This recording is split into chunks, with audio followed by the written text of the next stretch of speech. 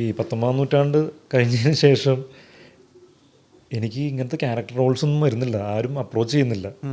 കാരണം എവിടെയോ ആരൊക്കെയോ പറഞ്ഞു എന്ന് പറഞ്ഞിട്ട്, ഇപ്പോൾ ഞാൻ ലീഡ് ക്യാരക്ടേഴ്സ് മാത്രമേ ചെയ്യുന്നുള്ളൂ എന്ന് പറഞ്ഞിട്ട്, നായക കഥാപാത്രങ്ങൾ മാത്രമേ ചെയ്യുന്നുള്ളൂ എന്ന് പറഞ്ഞിട്ട് ഒരുപാട് പേര് അപ്രോച്ച് ചെയ്യാൻ വന്നിട്ട് നടപടി ഉണ്ടായിരുന്നില്ല. അടുത്ത് അങ്ങനെ ഇപ്പോൾ ഈ ഉജ്ജ്വലൻ്റെ ടൈമിലാണെന്നുണ്ടെങ്കിലും സി എ ശംഭുവിൻ്റെ ഇതിൽ ഇപ്പോൾ എന്തെങ്കിലും പറഞ്ഞാണ് ആ സമയത്ത് എന്നെ അപ്രോച്ച് ചെയ്യുന്ന കാര്യം പറഞ്ഞപ്പോഴും പുള്ളി ലീഡേ ചെയ്യുന്നുള്ളൂ എന്നാണ് കേട്ടതെന്നാണ് പറയുന്നത്. ആരാ പറഞ്ഞതെന്നുള്ളത് നമുക്കറിയില്ല. ഞാൻ പറഞ്ഞിട്ടില്ല. അതെ, ഞാൻ പറഞ്ഞിട്ടില്ല എന്തായാലും. അല്ല, ഞാൻ ഈ പറയുന്ന പോലെ 2 ഡയലോഗ് വെച്ച് തുടങ്ങിയ പരിപാടിയല്ല. എന്താ സംബന്ധിച്ച് കഴിഞ്ഞാൽ നമ്മളിപ്പോൾ ഒരു സിനിമയിൽ ചെയ്യുമ്പോൾ ആ കഥാപാത്രത്തിന് എന്തെങ്കിലും വേണം ചെയ്യാനായിട്ട്, അല്ലെങ്കിൽ ഒരു പ്രോമിനൻസ് എന്തെങ്കിലും വേണമല്ല. ലീഡ് ക്യാരക്ടർ മാത്രം ചെയ്തിട്ട് കാര്യമില്ലല്ലോ. പൊന്നിയൻ സെൽവനൊക്കെ വേണ്ടെന്ന് വെച്ചിട്ട് അതെ അതെ വിളിച്ചിട്ടുണ്ടായിരുന്നു. അത് ഒരു 10 ദിവസത്തെ പരിപാടിയായിരുന്നു പറഞ്ഞിരുന്നത്. അത് 19-ാം നൂറ്റാണ്ടിൻ്റെ ടൈമിൽ സ്കെഡ്യൂൾ ബ്രേക്കിലാണ് അത് വരുന്നത്. അപ്പോൾ ഒന്നാമത് ആ ലുക്കിലിരിക്കുകയാണ്. അപ്പോൾ ആ ലുക്കിൽ വേറൊരു സിനിമയിൽ പോയി വേറൊരു കഥാപാത്രമായിട്ട് അങ്ങനെ നിൽക്കാൻ എനിക്ക് താല്പര്യം ഉണ്ടായിരുന്നില്ല. അപ്പോൾ അതുകൊണ്ട് അങ്ങനെ. അപ്പോൾ ഇങ്ങനെ ഉള്ളിലൊരു ഭയം പോലെയോ മണിരത്നം പടം വേണ്ടെന്ന് വെച്ചു അങ്ങനെ തോന്നുമോ? അങ്ങനെ തോന്നില്ല. കാരണം ഞാനിപ്പുറത്ത് വേറെ ഒരു പരിപാടി ആറാട്ടുപുഴ വേലായുധ പണിക്കർ മറ്റേ കുതിരപ്പുറത്തൊക്കെ നിന്ന് മറ്റേ പരിപാടി പിടിച്ചുകൊണ്ടിരിക്കുകയല്ലോ. അപ്പോൾ അതുകൊണ്ട് അന്നങ്ങനെ ഒന്നുമില്ല. ഇപ്പോൾ തീർച്ചയായിട്ടും മണിസാറിൻ്റെ പടത്തിലൊക്കെ അഭിനയിക്കണമെന്ന് ഭയങ്കര ആഗ്രഹമുള്ളതാണ്. പക്ഷേ നമ്മളൊരു ഒരു ക്യാരക്ടറിന് വേണ്ടി ടൈം കൊടുത്തേക്കല്ലേ, അല്ലെങ്കിൽ ഒരു ക്യാരക്ടറായിട്ട് നിന്ന് പെർഫോം ചെയ്തുകൊണ്ടിരിക്കുകയാണ്. അപ്പോൾ അങ്ങനൊരു പ്രത്യേകിച്ച് അതൊരു ഹിസ്റ്റോറിക്കൽ മൂവിയാണ്, അല്ലെങ്കിൽ ഹിസ്റ്റോറിക്കൽ കഥാപാത്രം കൂടിയാണ്. അപ്പം അതിനുള്ള ഒരു റെസ്പെക്റ്റോ അല്ലെങ്കിൽ ആ ക്യാരക്ടറിൻ്റെ ലുക്ക് വേറെ എവിടെയും വരാതിരിക്കാനായിട്ട് ഞാൻ എപ്പോഴും ശ്രമിക്കാറുണ്ട്. ഞാൻ എല്ലാ സിനിമകളിലും ഞാൻ എൻ്റെ രീതിയിൽ എന്തെങ്കിലും രീതിയിൽ ചെറിയ ചെറിയ ഡിഫറൻസ്, വളരെ മൈന്യൂട്ടായിട്ടുള്ളതായിരിക്കാം, എന്നാലും അങ്ങനെ ചെയ്യാനായിട്ട് ഞാൻ എപ്പോഴും ശ്രമിക്കാറുണ്ട്. കാരണം എനിക്കൊരു ആ ക്യാരക്ടറായിട്ട് ബിലീവ് ചെയ്യാനായിട്ടും എനിക്ക് പേഴ്സണലി ആദ്യം ഒരു ബിലീഫ് വന്നല്ലോ ഞാൻ എന്നൊരു ക്യാരക്ടറാണെന്നുള്ളത്. അപ്പോൾ അതിന് വേണ്ടിയിട്ടത് ഹെൽപ്പ് ചെയ്യാറുണ്ട്. ഇപ്പം മറിയമെന്ന് വിളക്കൂതി എന്ന് പറഞ്ഞ സിനിമയിൽ ഞാൻ മുടി പറ്റടിച്ചിട്ട് ഫ്രഞ്ച് ബിയാഡൊക്കെ വെച്ചിട്ടൊരു ഊള ഉമ്മൻ എന്ന് പറയുന്ന ക്യാരക്ടറാണ് ചെയ്തത്. അതിൽ ആക്ച്വലി അൽത്താഫിൻ്റെ റോളായിരുന്നു ഞാൻ ചെയ്യേണ്ടത്. എൻ്റെ അടുത്ത് അൽത്താഫിൻ്റെ ക്യാരക്ടറിനാണ് ജനിത്ത് വരുന്നത്. എൻ്റെ അടുത്താണ് ആദ്യം കഥ പറയുന്നത്. ഉണ്ണികൃഷ്ണൻ എന്ന് പറയുന്ന ക്യാരക്ടറാണ്. ഞാൻ ഒന്ന് ഹാപ്പി വെഡിങ് ചെയ്ത് കഴിഞ്ഞിരിക്കുന്നുണ്ട്. അപ്പോൾ പാവത്താൻ അങ്ങനത്തെ ലൈനാണല്ലോ. അപ്പോൾ അങ്ങനെ എൻ്റെ അടുത്ത് അത് ചെയ്യാനായിട്ടാണ് വരുന്നത്. അപ്പം അങ്ങനെ ഇതൊരു ഫ്രണ്ട്സ് ഗ്രൂപ്പ് ആയിക്കഴിഞ്ഞാൽ നന്നായിരിക്കും എന്ന് പറഞ്ഞിട്ട് അങ്ങനെയാണ് ഞാൻ കിച്ചു, ഷറഫ്, അതുപോലെ ശബരി ഇവരെയൊക്കെ ജോയിൻ ചെയ്യിക്കുന്നത്. അപ്പോൾ ഷറഫിന് അന്ന് വേറെ പരിപാടികളും കാര്യങ്ങളൊക്കെ ഉണ്ടായിരുന്നു. അപ്പോൾ ഷറഫിനായിരുന്നു റോണി ഉദ്ദേശിച്ചത്, കിച്ചു ചെയ്തിരുന്ന ക്യാരക്ടർ ഉദ്ദേശിച്ചത്. ഞാൻ എപ്പോഴും ഉണ്ണികൃഷ്ണൻ തന്നെയായിരുന്നു. അപ്പോൾ അൽത്താഫെന്ന് സിനിമ ഇതിലേക്കില്ല. അപ്പോൾ അങ്ങനെ ഷറഫിന് വേറെ കമ്മിറ്റ്മെൻറ്റും കാര്യങ്ങളൊക്കെ ഉള്ളതുകൊണ്ടും ഇതൊക്കെ കൊണ്ടും ഷറഫിനൊന്നും ചെയ്യാൻ പറ്റിയില്ല. അപ്പോൾ മൊത്തം ട്രാക്ക് മാറി. അപ്പോൾ റോണിയുടെ ഇതിലേക്ക് കിച്ചുവിനെ പ്ലേസ് ചെയ്തു. കിച്ചുവിനെ പ്ലേസ് ചെയ്തപ്പോഴത്തേക്കും ഉമ്മൻ്റെ ക്യാരക്ടറാണ് നിൽക്കുന്നത്. പിന്നെ അപ്പോൾ അൽത്താഫിനെ ജോയിൻ ചെയ്യിക്കാമെന്ന് പറഞ്ഞു. അപ്പോൾ അൽത്താഫ് അവിടെ നിൽക്കുന്ന ഒരു ടൈമിൽ ഞാനിവിടെ ഉമ്മൻ്റെ ക്യാരക്ടർ ലൈക്ക് ബിൽറ്റ് വൈസ് ഞാൻ ഭയങ്കര സൈസാണ്. അപ്പോൾ പിന്നെ ഞാൻ ഓൾറെഡി ആ പാവത്താൻ പരിപാടി ചെയ്തതാണ്, അങ്ങനത്തെ സാധനമുണ്ട്.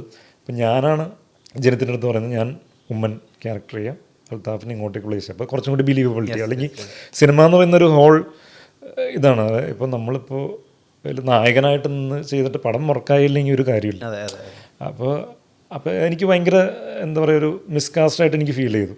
പിന്നെ എനിക്ക് ചെയ്ത പരിപാടി തന്നെ ചെയ്യണമെന്ന് താല്പര്യം ഉണ്ടായിരുന്നില്ല. ഹാപ്പി വെഡിങ്ങിലൊരു പാവത്താൻ ഭയങ്കര എന്താ പറയുക, ഒട്ടും കോൺഫിഡൻ്റ് അല്ലാത്തൊരു ക്യാരക്ടർ ചെയ്തിട്ട് വീണ്ടും പറയുമെന്നുള്ള ഇതിലേക്ക് ഒന്നുണ്ട്. ആ റിപ്പീറ്റേഷൻ തന്നെയാണുള്ളത്. അത് പാവത്താനാണ്. പിന്നെ പെട്ടെന്ന് സ്കോർ ചെയ്യാനുള്ള സ്പേസുള്ള ഏരിയയാണ്. പക്ഷേ ഞാനവിടെ നിൽക്കുക അൽത്താഫിൻ്റെ ക്യാരക്ടറും ബാക്കി എല്ലാ ക്യാരക്ടറും ഇങ്ങനെ നിൽക്കുമ്പോൾ, കാരണം സൈസ് വൈസ് ശബരിയും ഞാനും ഏകദേശം സൈസാണ്, ബാക്കി കിച്ചും അൽത്താഫൊക്കെ ഇതാണ്. അപ്പോൾ അങ്ങനെ നിൽക്കുന്ന സമയത്ത് ഞാനവിടെ നിന്ന് ഇപ്പോൾ ആവത്താൻ പരിപാടി പിടിക്കുകയും അത് എനിക്ക് തന്നെ ഒരു ബിലീവബിലിറ്റി ഒന്നുമില്ല. അങ്ങനെയാണ് ഞാൻ ജനത്തിൻ്റെ അടുത്ത് പറഞ്ഞിട്ട് അൽത്താഫിനെ ഇങ്ങോട്ടേക്ക് പ്ലേസ് ചെയ്തു. ഞാൻ ഉമ്മൻ്റെ ക്യാരക്ടർ ഇതായിരുന്നു. എന്നിട്ട് ഞാൻ അതാണ് മുടി വെട്ടി ഞാനാണ് അങ്ങനത്തെ ഒരു ലുക്കും ഡിസൈൻ ചെയ്തിട്ട് ജനത്തിൻ്റെ അടുത്തേക്ക് പറയുന്നത്. അപ്പോൾ ജനത്ത് ഓക്കെ ആയിരുന്നു. അങ്ങനത്തെ ഒരു ഊള മറ്റേ അച്ചായൻ മറ്റേ കള്ളുടിയൻ അലമ്പ് സെറ്റപ്പ് ഒരു പരിപാടി ഉണ്ടല്ലോ, അങ്ങനത്തെ ഒരു ചെയ്യാൻ അതിന് ആ ക്യാരക്ടറിന് അങ്ങനത്തെ ഒരു ലുക്ക് എനിക്ക്.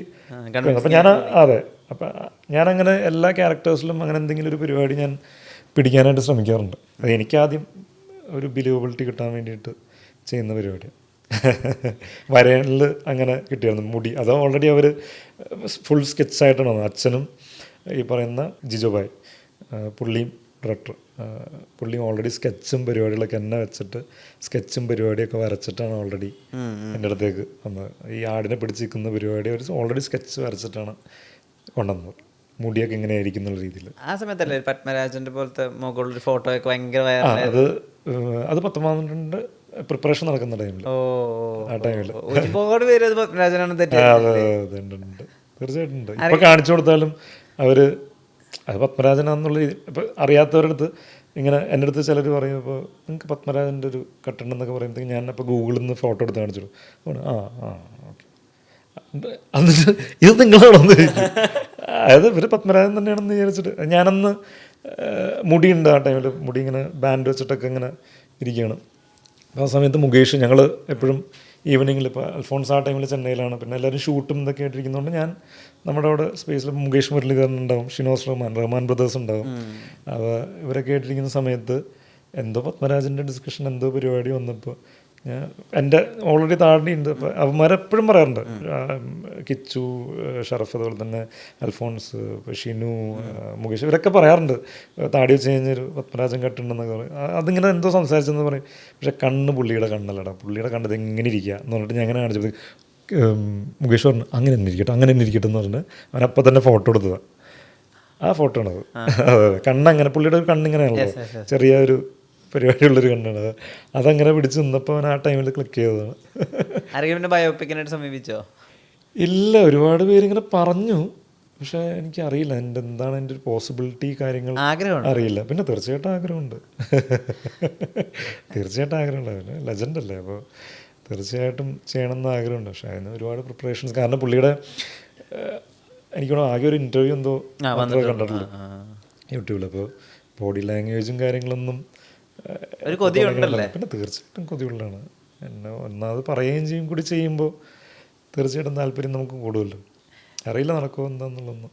എന്തായാലും സിനിമയിൽ ഇത്രയധികം ഇൻവെസ്റ്റ് ചെയ്തിട്ടുള്ള ഓരോ കഥാപാത്രമാവാനും സ്വയവും ഇത്രയും ഇൻവെസ്റ്റ് ചെയ്യുന്ന ഒരാൾക്ക് ഇനിയും കുറേ പോകാനുണ്ട്. തുടങ്ങിയിട്ടുള്ളൂ. അതെ അതെ, പരിപാടി ചെറുതായിട്ട് തുടങ്ങിയിട്ടുള്ളൂ. എനിക്ക് ആ ക്ലാരിറ്റിയും ഭയങ്കര ഇഷ്ടമായി. എന്തെങ്കിലും ചെയ്തിട്ട് കാര്യമില്ല, ചെയ്യണത് സമയം എടുത്തിട്ട് വൃത്തിക്ക് ചെയ്യണം. അല്ല, ഞാൻ പറഞ്ഞില്ല, ഞാൻ വേറൊരു പ്രൊഫഷനിൽ നിന്നാണ് ഇതിലേക്ക് വന്നത്. അപ്പോൾ ഞാനതിന് അത്രത്തോളം സീരിയസ് ആയിട്ട് നിന്നിട്ടാണ് പരിപാടി മുമ്പോട്ട് പോയിക്കൊണ്ടിരിക്കുന്നത്. കാരണം ആദ്യം എനിക്ക് കൺവിൻസിങ് ആവണം ഒരു കഥയും കഥാപാത്രവും, എന്നാലേ അത് ചെയ്തിട്ട് കാര്യമുള്ളൂ. അല്ലെങ്കിൽ ഇപ്പോൾ വേറൊരു മോട്ടീവിൻ്റെയും പുറത്ത് സിനിമ ചെയ്യരുത് എന്നുള്ളതാണ് എൻ്റെ ഇപ്പോഴത്തെ ആഗ്രഹം. ആ ഒരു വേറൊരു മോട്ടീവും പാടില്ല. അറ്റ്ലീസ്റ്റ് ആ സിനിമ ഇപ്പോൾ ഒരാൾക്ക് ഇഷ്ടമായില്ലെങ്കിൽ അയാൾക്കെങ്കിലും കണ്ടിരിക്കാൻ പറ്റണം. അതെ, അതായത് ഉറങ്ങാതെ തുടക്കം മുതൽ അവസാനം വരെ ഒരാൾക്കെങ്കിലും കണ്ടിരിക്കാൻ പറ്റണതായിരിക്കണം.